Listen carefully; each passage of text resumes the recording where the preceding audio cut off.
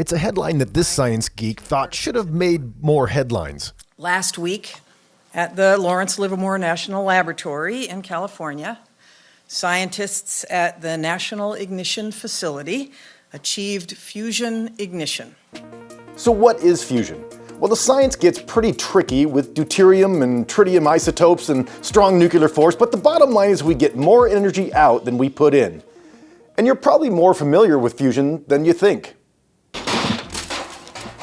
You know fusion. It's the thing that Doc used to take Marty back to the future. I need fuel. And Dr. Evil even told us how we can do it. And that is to have sharks with frickin' laser beams attached to their heads. Okay, in full disclosure, they didn't use sharks, but the laser that they used is frickin' huge. It's about 8 stories high. You can lay 3 football fields across the top of the facility. And when you walk into the building, you're actually inside the laser itself. But you gotta realize, we've been working on achieving controlled fusion for 60 years, and many thought this day would never come. You know, there's a joke in the fusion world that fusion energy is 30 years away and always will be. And I may have bought into that a little bit earlier in my career. I think the always will be is gone now. The problem is that, yeah, humans pulled this off, but it was really not easy. They essentially had to create a small piece of the sun in a laboratory. So the conditions we make inside one of these fusion experiments are hotter and higher pressures than what you find at the center of our own sun or at the center of giant planets like Jupiter or Saturn. I know what you're saying. I mean, why go to all this effort? What can fusion bring to us in the real world?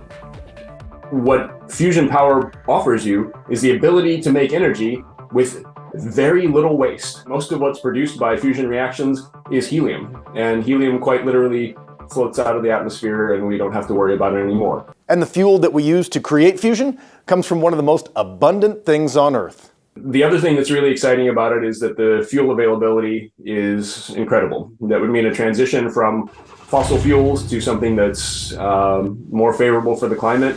There is enough deuterium in seawater to power the planet for a very long time. But fusion is also great for our future economy and our national defense. We all saw how the discovery of oil in the Middle East changed the global dynamic. Imagine if the United States became a leader in not only clean energy, but revived its manufacturing base as well. It would likely be a game changer. That's absolutely true. So just to be clear, we are absolutely the leader in this technology. There are other countries around the globe who are building laser systems that are very much like ours. Those are being built in France, in China, in Russia. And so there's definitely a global competition in this space. We are the clear front runners in our ahead in our capabilities. You're probably saying to yourself, what's the catch? Well, there is one. We are with fusion about where the Wright brothers were when they flew their first flight in 1903. It wasn't until 1958 that the FAA was formed and flight became fully and publicly viable. So are we 50 years off with fusion? Probably not, but it ain't gonna happen overnight. My feeling is that within my lifetime, we will probably see fusion power. I'm 45 years old for the record, so I'm not just about to kick the bucket, I hope.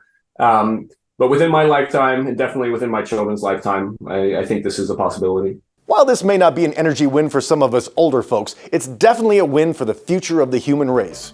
And I kinda like humans. Most of the time. Well, probably half the time. Okay, I like dogs more, but humans are, okay. For Central Oregon Daily News, I'm science geek Scott Elness.